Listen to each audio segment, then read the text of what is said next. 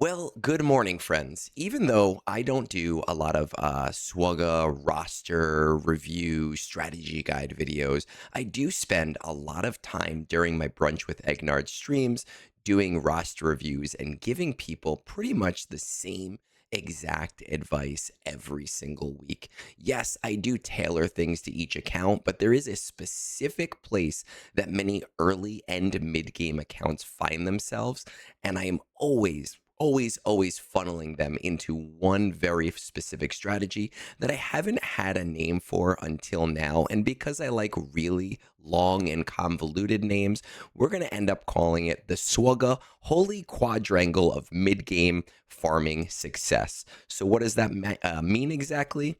I guess let's find out together.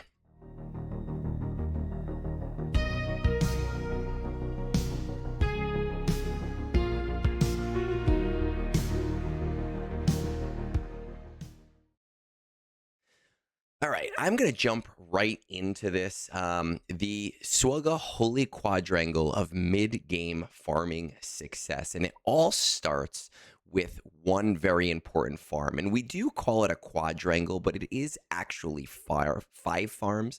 I'm calling it a quadrangle instead of a pentangle or a pentagon because one of those farms is fully inclusive to the rest of the farms and is needed in its own or in its entirety, right? And this entire thing is going to start with Jedi Knight Luke. And we'll get to the complications here because there are three complications in this farm with Hermit Yoda, with Rebel Officer Leia, and with Wampa, though two of those hurdles have become a lot less stressed since Lightspeed tokens have come out. And I'm not going to go over the exacts of each of these farms, but just to give you an idea, this is what farming Jedi Knight Luke looks like. Moving into the next one is Jabba the Hutt. And this is what farming Jabba the Hutt is going to look like. You'll notice Jedi Knight Luke is down there on the bottom. Uh, Moving into Jedi Master Luke. And again, this is what the farm is going to look like. Those are the characters that are going to be involved in this strategy. We'll talk more about the strategy once we've seen those five specific farms, right? Going into Leia Organa, again, everything you'll need laid out for this character. And I was talking to Fat Phil yesterday, and I was kind of joking about how while compiling these graphics, I wouldn't say that anything that you need is really super easy to get, but just how much easier a lot of these GL were when or are now rather when there is so many more options for getting the relic materials, right? And then finally we go into Profundity, which will be the first GL capital ship. Just to show you and just to remind you what this all looks like, here are your five farms on the screen. You don't have to worry necessarily about the specifics of each of those farms. Though, if you wanted to add up everything that you would need in order to get these five farms, this is effectively what it would look like, right? 9,000 carbonate circuit boards, 9,000 bronzium wirings, 5,000 chromium transistors going all the way down, tons of signal data, 4,500 fragmented signal data, 3,900 flawed signal data, incomplete signal data, and 2,000 flawed signal data. Now, those of you that are in the end game right now are thinking, well, wait, hold on a second, Egg, you're not sharing all of the information. And I know that because that is exactly why we talk about the holy quadrangle of mid-game farming success, because these numbers on the screen right now are pretty disingenuous. This is what these farms would cost if there wasn't tons of overlap. So let's move on and show you just what that overlap looks like. Now, all of those yellow circles are overlap between these five farms. So that means that if you get one farm for one character, they're needed maybe at a different relic level for a different character, which is significantly going to reduce the impact of your actual need. Those red circles are the impact on different farms outside of this quadrangle. And again, we're not including Jedi Knight Luke in terms of the square simply because he is pretty much fully inclusive with Jedi Master Luke and with Jabba the Hutt. So that red Darth Vader, I believe, is for, I think it's for Slicker. No, it's for C. Darth Vader is for C. Jedi Training Rey is for Rey. But all in all, these are all the farms that you are going to have an easier time with, which means that when we look at the actual numbers for what a character needs or what a farm needs, we're actually seeing a pretty significant reduction, right? So we take those numbers, we're going to pop them right on down. That 9,000 carbonate circuit boards goes directly down to just under 7,000, right? Those 2,000 flawed signal data drop down to just above 1,700. And that's a pretty big deal. And this is one of the most egregious spots in the game where it comes to overlap between farms. And it's why I recommend that any player who starts one of these farms should really consider getting all four of them, right? If you're going for Jedi Master Luke, you might as well get Jabba. You might as well then at that point get Leia, and you might as well get Profundity. If you're going for Jabba for your mods, you might as well get JML. You might as well get Leia. You might as well get Profundity. It is a one-stop shop in the early to mid game for making sure that you are able to compete and build up your resources. Now, this isn't just about the characters themselves. There are a lot of advantages to players who do build this out, right? There are 7 early game assault battles, 7 original assault, well, 6 becomes 7. I'll wait. There are 7 of those old style assault battles, and building out these 5 farms are going to give you 3 of them. Military Might at CT3, Ground War at CT3, and Rebel Roundup at CT3.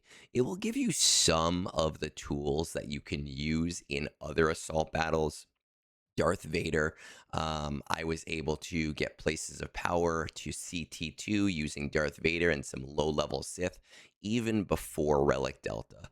You're also going to get Smugglers Run 1 and Smugglers Run 2 from having the Bounty Hunters and from having Jabba, and Smugglers Run 2 is arguably one of the most important events that an early to mid-game player can really prioritize in their roster capabilities for being able to mod much, much better.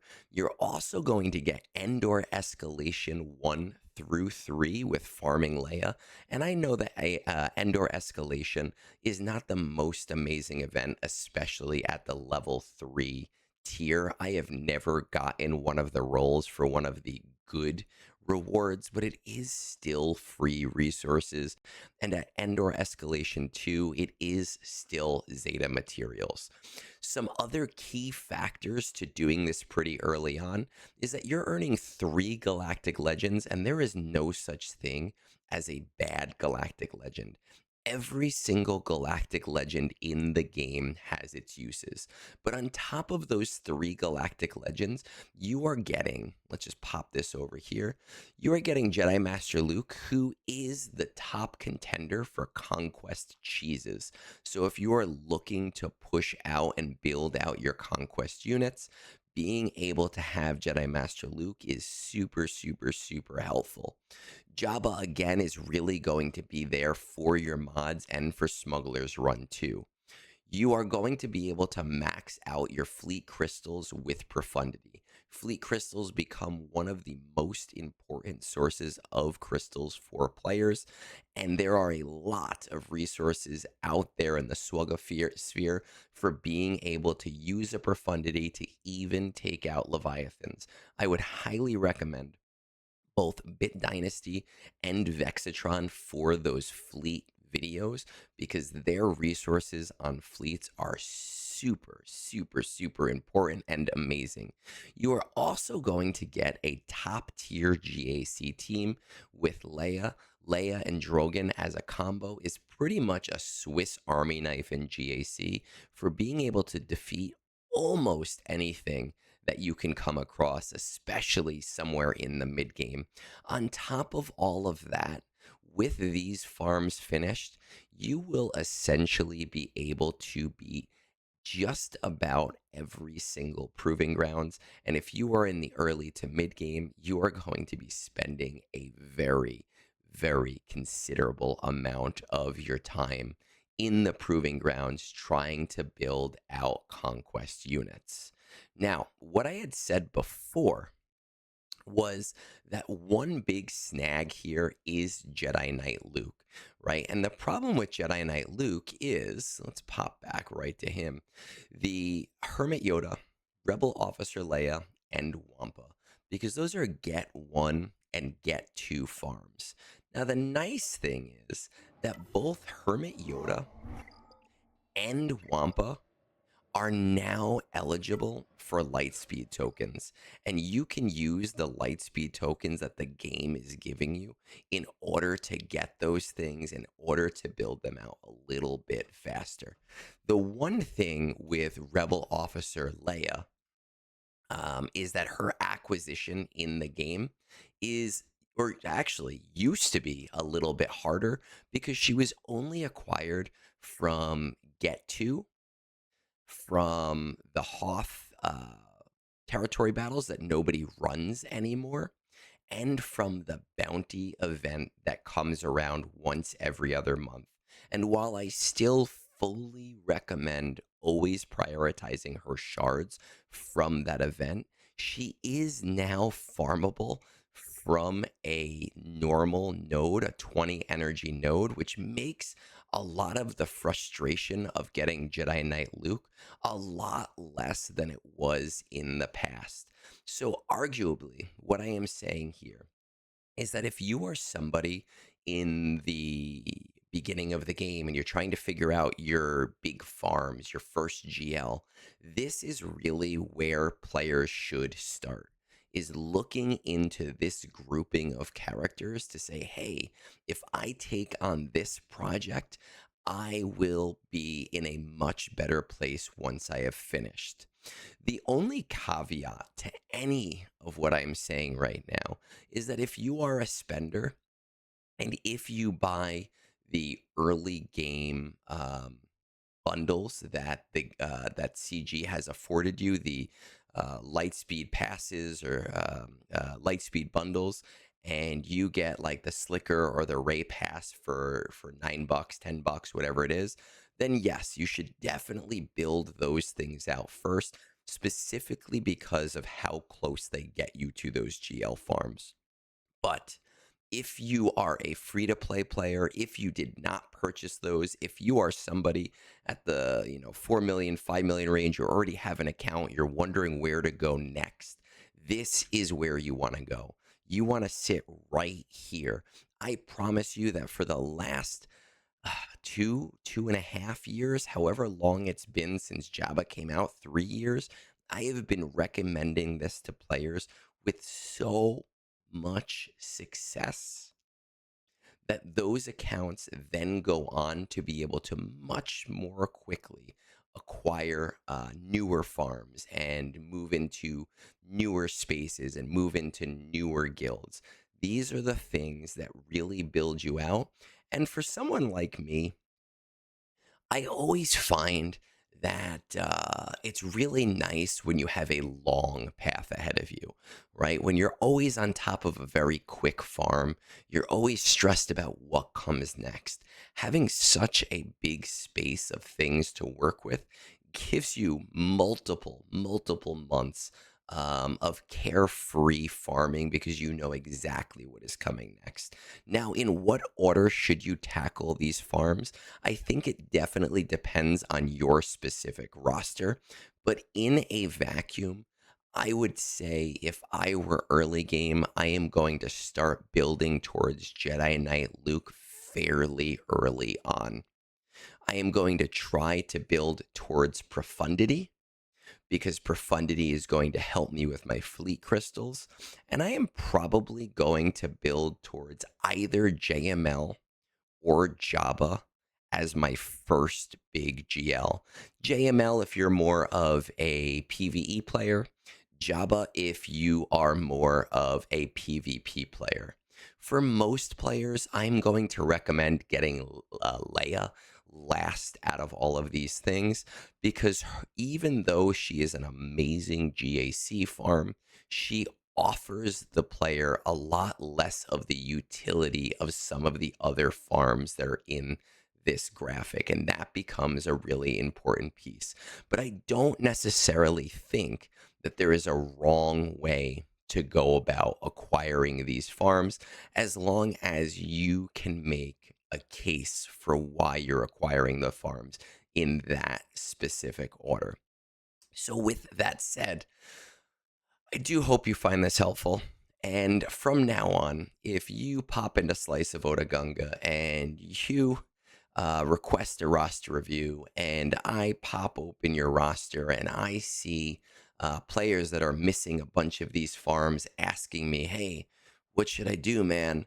I'm just going to link you to this video, right? Because I don't know, because it's the easiest way to explain how this all works. So once again, we're calling this SWGOH's Holy Quadrangle of mid-game farming success. And if you found this to be helpful to you, please don't forget to subscribe because it lets me know what types of content you are finding useful and where I can be most helpful to this community. So, peace out and have a great rest of your day.